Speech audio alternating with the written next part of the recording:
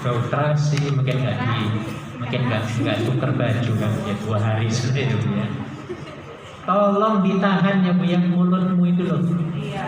Jangan udah gini hidungnya ditek-tek ya Bu ya. Orang akan tersungging. Akan apa? Tersungging. Iya. Dan orang kita kalau sudah tersungging itu biasanya lama untuk memaafkannya. Betul apa enggak? Kurang ajar orang ini, penghinaan. Akhirnya apa? Ketika ketemu melengos, nggak mau nyapa, diulupi salam, assalamualaikum. Banyak gitu. Jadi sama-sama mangkel, perang. Nah, ya. Maka jangan sekali-kali merendahkan orang lain. Ya, tidak boleh. Karena orang yang direndahkan mempunyai keistimewaan masing-masing. Ada salah satu mahfuzat, kita sudah belajar masalah ya, yang bunyinya la tahtakir man dunaka falikulli syai'in maziyya. Jangan kau menghina kepada orang yang di bawahmu, karena setiap sesuatu itu mempunyai keistimewaan. Ya, maksudnya di bawah standar kita. Kita misalnya orangnya cantik banget, ngelihat orang krempeng, manggilannya apa? Peng sini peng. Sudah krempeng IR lagi, ireng roto. Waduh, ini hinaan banget ini. Tidak boleh. Iya, sudah gitu budak lagi. Makanya budak. Dan budak gini dek. Jangan menghina ya Bu ya. Kita perlu panggil yang enak-enak. Ya, yang sayang gitu ya. Atau yang bagus-bagus lah. Ling daling. Nah, gitu. Jangan lama-lama. Yang kedua, ikut campur urusan orang lain, tolong ya Bu ya. Jangan intervensi. Contohnya gini, misalnya teman kita lagi ada masalah dengan suaminya. Suaminya ketahuan main apa? Main pedinor. Main apa? Pelakor atau pedinor kalau laki-laki?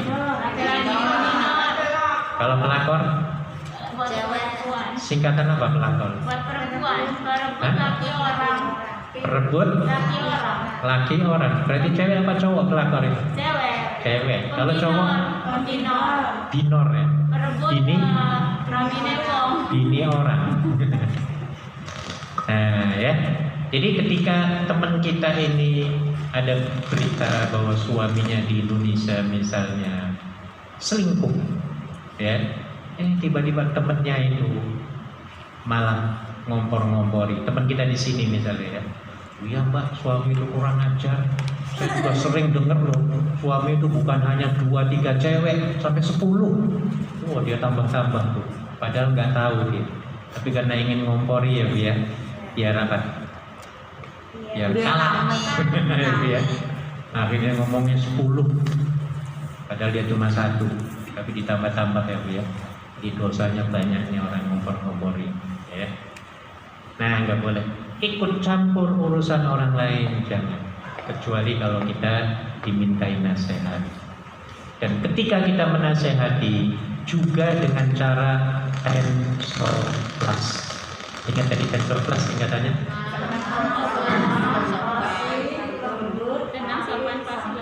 Ya, insya Allah nggak marah kalau kita menegurnya, menasehatinya dengan tensor plus, ya. Tapi kalau dengan cara ngompor-ngompori tadi, marah dia. Ya, pernah kejadian itu. Ya. Di sini suaminya itu ada laporan, ya, melaporkan ke temannya di sini. Kalau suaminya itu gendong-gendong cewek, Mbak saya melihat suamimu itu sampai gendong-gendong cewek itu Pak. Akhirnya di sini langsung kalap, ya, sudah kalap, langsung telepon suami, marah-marah langsung pada assalamualaikum nggak ada kapok, langsung geprak. 1 jam marahin suami. Suaminya sabar, diem. Setelah capek dia marahi 1 jam. Akhirnya suaminya ngomong, Dek, Assalamualaikum. Jadi habis marah istrinya di sini ya. Mungkin capek kali 1 jam ngomongnya, ya ceramah ya Bu ya. Cewek yang kamu ngomongi, yang aku gendong-gendong itu adalah ibumu. Siapa? Ibumu yang sakit. Aku bawa ke rumah sakit. Ayo, setelah istrinya dengar kayak gitu, memble apa enggak? Memble. Ayo Bu, monyong apa enggak? Lemes apa enggak? Lemes ya Bu ya. Nah ini akibat dikompori orang. Makanya jangan ngompor-ngompori ya Bu ya. Ya, bila perlu didamaikan. Jangan ngompor-ngompori. Mengah. Tolong ya. Number 3, jangan sekali-kali memotong pembicaraan kalau kita lagi ngomong dengan orang lain lagi ngomong, kita jangan motong terlebih dahulu. Biarkan dia ngomong dulu, kalau dia berhenti baru kita. Nah itu adabnya, ya, supaya dia merasakan keamanan dan kenyamanan. Number 4, hati-hati dengan bau badan. Jadi check and recheck kalau mau ketemu teman. Ini sudah pada mandi belum? Udah. Tapi bau lagi waktu jalan. Nah, check and recheck ya. Apalagi mau sembahyang misalnya. Ya. Biasanya musim panas kalau nggak jarak begini nih, waduh. Ya kalau orang kita mungkin mandi ya. Kalau bangsa lain jarang mandi. Ya. Ada bangsa lain itu yang mandinya seminggu sekali, ada loh. Tiap hari Jumat dia mesti mandi bareng, tapi hari lain nggak mandi. Bisa dibayangkan ya Bu ya. Iya. Dan saya hafal betul bau-bau bangsa-bangsa internasional, saya hafal. Benar. Orang Afrika, orang Asia ini macam-macam. Ya. Orang India, Nepal, Afgan, Korea itu semua karena saya sering satu kamar pernah ya, artinya satu di asrama itu. Jadi macam-macam itu saya sampai baunya hafal. Ya, Afrika juga lain-lain. Afrika Utara lain, Afrika Timur lain, Afrika Barat lain, Afrika Tengah lain, Afrika Selatan lain. Ya.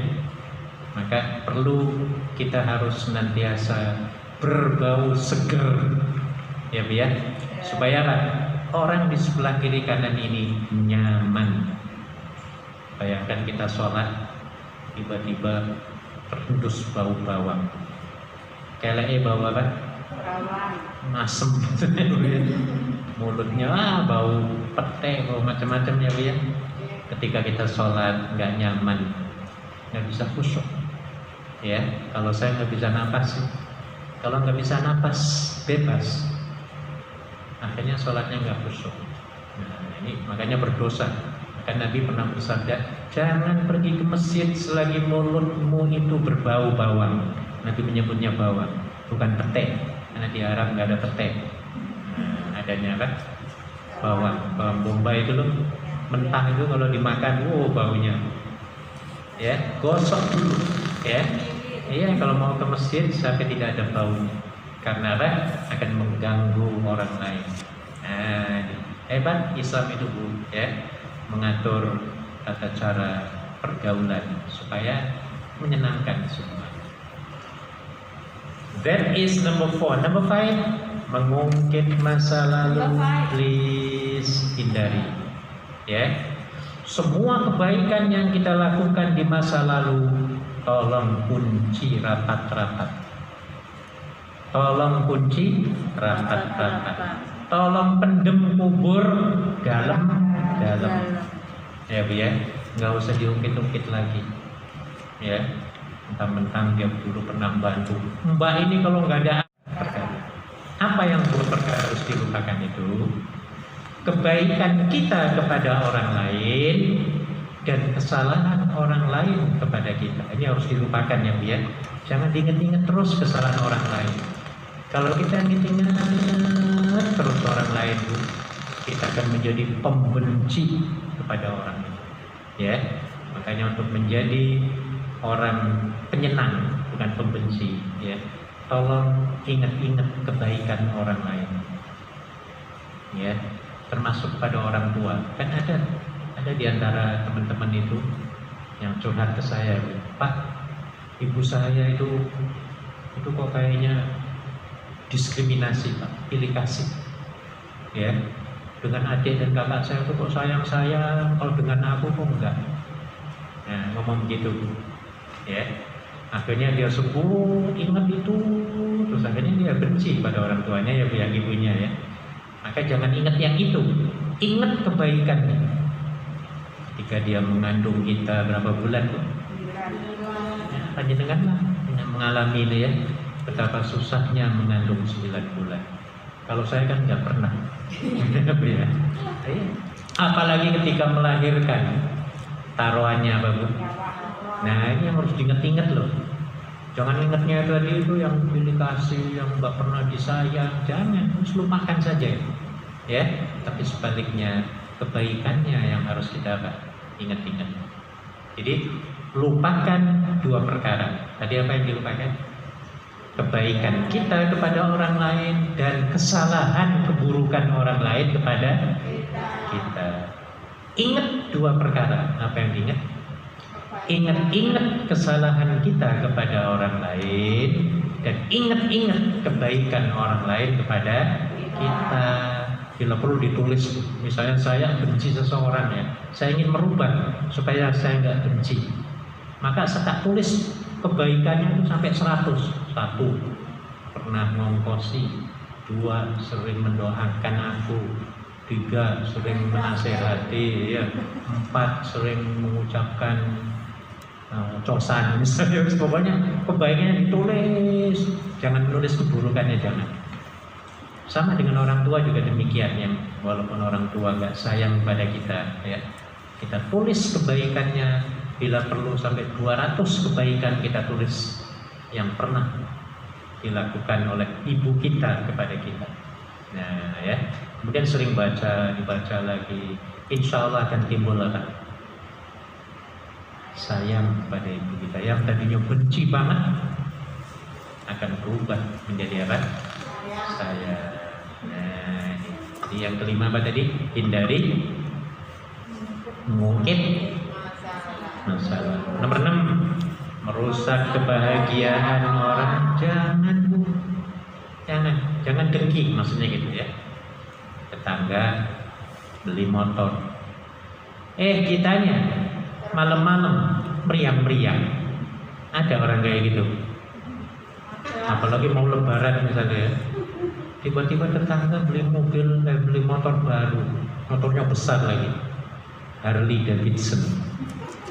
Wah, langsung kita meriang-meriang badan kita. Iya.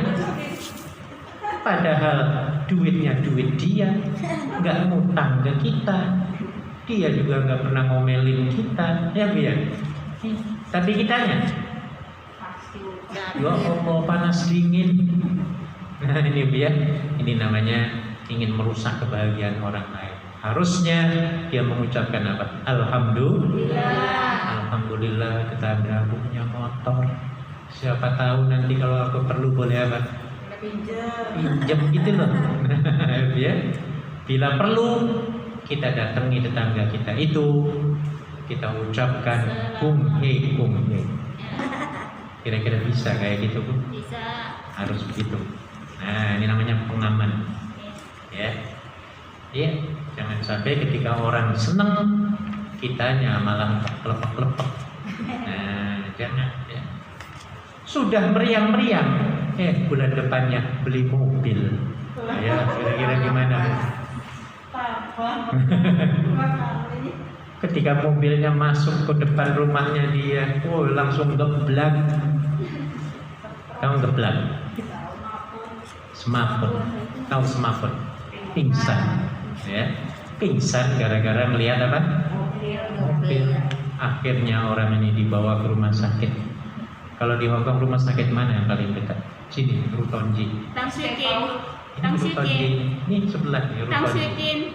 ya Rukonji namanya, ya. Nah, dibawa ke rumah sakit sampai masuk ICU. Tahu ICU? Ya, perawatan emergency. Ya. Saking kalah panasnya melihat apa tadi? Mobil. Ya. Sampai sebulan di ICU, dibisiki oleh istrinya, Mas, tetangga kita beli mobil bis loh Mas. Ayo gimana?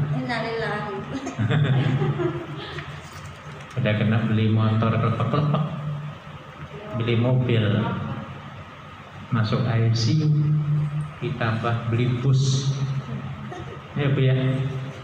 Wah ini repot. Nah, ya, maka kita tidak boleh melihat orang bahagia, kitanya apa kitanya panas dingin, meriang-meriang, jangan ya Bu ya. 7, jangan ambil hak orang, jangan sekali-kali ya Bu ya. Kalau mau gunakan pinjem, ya, kalau pinjem dikembalikan, jangan nggak dikembalikan. Ini karena hak orang, ya. Karena kalau nggak dikembalikan, orang akan ingat kita terus. Nah, ya Bu ya. Jangan dikira yang dipinjemin nggak ingat, akan ingat terus. Kadang-kadang kalau ketemu dia pura-pura nggak ingat. Nah, akan ingat. 8, jangan marah-marah. Ya Bu ya. Dalam agama tidak ada istilah marah, nggak ada, ya. Karena marah itu berasal dari setan. Setan itu terbuat dari api. Api itu sifatnya panas. Jadi kalau api dilawan dengan api, apa yang terjadi? Kobaran, kobongan, kebakaran, apalagi Bu? Ini kepanasan, ya. Maka ketika orang marah, please kitanya diam, ya. Prinsipnya begini Bu. Ada satu kajian di Amerika, ya, tentang orang yang marah-marah, ya. Akhirnya mempunyai kesimpulan bahwa orang yang marah-marah itu tidak akan melebihi dari 4 menit lamanya. Berapa menit? 4 menit sebenarnya. Hampir 4 menit itu bukan marah, emosi namanya, ya. Ketika marah, darahnya itu sampai ke atap. Ketika 2 menit drop separuh, tinggal segini, ya. 3 menit darahnya turun, ya. 4 menit sampai ke bawah, ya. Setelah itu emosi, ya. Kalau lama-lama capek berhenti, ya. Akhirnya dia tertidur, capek, ngorok. Nah, ya. Maka kitanya yang dengerin dia marah itu, please sabar, keep quiet, ya. Lebih baik diem, ya. Nah, kecuali dia kalau sudah tenang baru kita ngomong. Kalau kita ingin bicara, kita ingin mempertahankan diri, ya, maka berbicara ketika dia sudah tenang. Jangan ketika dia lagi apa? Marah. Majikan marah-marah bawa belati, kitanya dimarahi bawa pedang, kira-kira gimana? Hancur. Wah, rusak, hancur, bisa ke kantor polisi, bunuh-bunuhan ya Bu ya. Oke, jadi tidak ada istilah marah. 9, jangan mentertawakan orang lain. Jangan. Orang salah kok ditertawai, ya Bu ya. Wah, tambah malu dia. Kita yang mentertawakan itu menyakitkan hati pada orang itu. Nggak boleh, ya. Tidak mengamankan orang yang salah, ya. Dan yang 10, hindari penyakit apa? Semuanya ini singkatan. Buddhis kurang disiplin. Kalau ditulis Buddhis apa? Kurang rapi. Kerjanya kurang rapi. Kutil kurang teliti. Kumannya? Kurang mandi. Kurang makan apa kurang mandi? Terserah maunya apa. Ya mungkin kurang iman, ya, kurang nyaman dan lain sebagainya.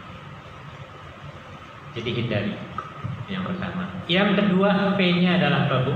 Menyenangkan orang beribadah. Penyenang. Kita harus menjadi penyenang kepada orang lain. Kalau tadi pengaman, sekarang penyenang. Bagaimana supaya orang itu senang hatinya, ya, senang pikirannya, ya. Karena menyenangkan orang lain dalam hadis dianggap sebagai ibadah. Kata Nabi, at-tabassum shadaqah. Smile is charity, ya. Senyum itu adalah sedekah. Senyum itu ibadah. Karena senyum itu dapat menyenangkan orang lain. Ketemu teman, tiba-tiba dia senyum. Enak apa enggak kita disenyumin? Ya. Kalau dipermuti, permutin lagi. Maka menyenangkan orang itu penting. Dan hukumnya apa? Ibadah. Bagaimana caranya? Ini ada 5 hal. 1, kendalikan saat kita menyuruh orang. Kita nyuruh orang, ya, sudah orang itu kita nggak kenal, kita suruh. Maka bahasanya caranya harus paling pintar sekali dan bijaksana, ya. Harus hati-hati nyuruh orang nggak kenal lagi, ya. Kalau anak buah kita ya wajar kan gitu ya. Kita marahi juga wajar kalau dia salah menyuruh, tapi misalnya sambil agak sedikit kasar, agak sedikit wajar walaupun nggak boleh. Karena kan kita gaji misalnya, ya, kita gaji karyawan, ya. Nah, walaupun tidak wajar, ya. Ini kita nggak kenal, nggak apa, ketika kita menyuruh, bahasanya kasar lagi. Orang itu akan tersungging kepada, akan tersinggung. Ini harus dihindari, ya, Bu, ya. Ketika kita ingin menyuruh seseorang, tolong bahasanya paling halus, ya, menggunakan promo inggil, ya. Sakit nama buatan, Bu. Bahasa kromo inggilannya sakit nama buatan. Insya Allah kalau panjenengan bisa ngomong kromo inggil atau bahasa halus, kalau Sundaannya, ya, Sunda yang paling halus, bahasa Jawa yang paling halus, ya, digunakan, insya Allah nggak ada perang-perangan. Suami istri yang setiap harinya menggunakan bahasa kromo inggil bisa berantem apa enggak? Pernah kayak gitu? Ya. Mau berantem kromo inggil, enggak jadi. Gitu, ya. Ngerti, Bu? Penting, ya, Bu, ya. Ini penting banget. Jadi saat kita menyuruh, hati-hati banget, apalagi nggak kenal orang. Yang kenal aja harus hati-hati banget. Mbak, tolong Mbak, please tolongin aku Mbak. Sampai gitu-gitunya, sampai apa itu, ngerayu-ngerayu gitu loh. Nah, harusnya kayak gitu. Dan bahasanya harus paling sopan. Saya punten dipotong. Saya kan nggak libur hari ini, mau ke dokter. Iya. Tadi kan ada ibu-ibu udah telepon mbaknya yang mau dampingin saya. Iya, silakan. Jadi mungkin silakan. Harus ya. Ke rumah sakit. Lain kali insya Allah. Jadi mbaknya yang mana ya yang mau nemenin saya? Ada yang mau nganter atau apa? Ini rumah sakit Tamsukin. Sini deket jalan kaki. Mbaknya ya? Kalau gitu saya pamit ya Pak. Mau ke sana silakan. Assalamualaikum warahmatullahi wabarakatuh. Silakan. Cek apa sih? Sakit apa? Mau booking ya? Mau booking. Iya, mau booking. Iya, silakan di. Ini banyak biar cepat. Saya pinjam dulu ya. Iya, sih bawa ya. Iya, baik, silakan. Hati-hati. Kita teruskan. Bawa payung mending ya buat saya gini. Tadi nomor berapa, Bu? 1. Tadi nomor 2. Sekarang nomor 2. Saat kita mempersilahkan orang, ini juga harus sopan, ya. Iya. Misalnya kita punya teman mau silaturahmi ke rumah kita, ya. Ketuk pintu dia. Kali ini dulu. Ya. Nanti dia di luar. Jangan nanti di luar. Bukan ya? Hati-hati ya. Oke, baik, hati-hati ya. Yang kedua tadi apa? Saat mempersilahkan orang. Ya tadi saya memberikan contoh ketika ada teman kita mau datang ke rumah, mau silaturahim, ya sudah sampai di rumah dia ketuk pintu. Assalamualaikum. Nah kita jawabnya nih, apa jawabnya? Waalaikumsalam warahmatullahi wabarakatuh. Wah, itu sopan banget, ya. Iya, jadi agak panjang jawabnya, lengkap kan, sopan. Ketika dibuka, iya teman kita. Oh, monggo, ya, mangga, ya. Bahasa monggo silakan, monggo melepet, ya. Kalau bahasa sininya apa? Yap lea, jangan yap le. Nah, ini salah ya, walaupun artinya sama loh ya, tapi caranya itu yap lea, nah kan gitu ya. Kemudian mempersilakan duduk, cincowa, ngerti? Nah iya, jangan duduk. Udah gitu bahasanya kasar lagi, keras. Duduk. Diam aja berdiri, ada kursi di depanmu, nggak mau duduk, kayak digituin bu tamu. Lari apa kan? Minggat. Kabur dia, nggak mau lagi datang. Nah makanya perlu ketika mempersilahkan ya bu ya, harus dengan bahasa yang apa? Halus. Silakan mbak, silakan duduk, mau minum apa ini? Nah kan gitu ya, itu ya, jangan baru duduk, mau apa kamu? Wah, langsung ditanya tujuannya apa, kan gak enak banget ya bu ya. Harusnya nanti itu belakangan nanya ya, ataupun dalam pertengahan ketika ngobrol ya, setelah keringatnya apa hilang gitu ya. Oh ini masih kemerocos keringatnya ya, panas, baru duduk, ditanyain apa? Mau apa kamu datang ke situ? Oh digituin bu, langsung kita apa jadinya? Gak enak ya bu ya, dengan cepet-cepet pulang. Nah, jadi ketika kita mempersilahkan, please hati-hati banget bahasanya.